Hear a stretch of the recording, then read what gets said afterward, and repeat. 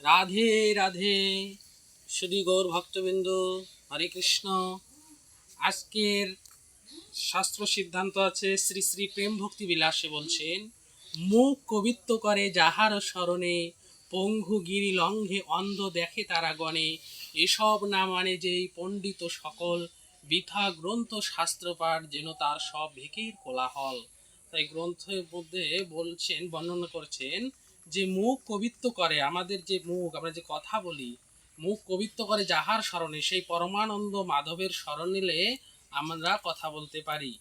মুখ কবিত্ব করে যাহার স্মরণে, পঙ্গু গিরি লঙ্ঘে, একজন খোরাও গিরি পর্বত পাহাড়কে অতিক্রম করতে পারে। পঙ্গু গিরি লঙ্ঘে অন্ধ দেখে তারাগণে, যদি পরমানন্দ মাধবের কৃপা হয়, ভগবানের কৃপা হয়, একজন অন্ধলোকও আকাশের তারা দর্শন করতে পারে। কিন্তু এসব না মানে যেই পণ্ডিত সকল, এই জগতের মধ্যে অনেক রকমের মানুষ আছে, তো তাদের মধ্যে যদি কেউ না মানে, তাই বলছেন এসব না মানে যেই পণ্ডিত সকল, বৃথা গ্রন্থ শাস্ত্র পাঠ যেন তার সব হয়ে যায় ভেকের কোলাহল।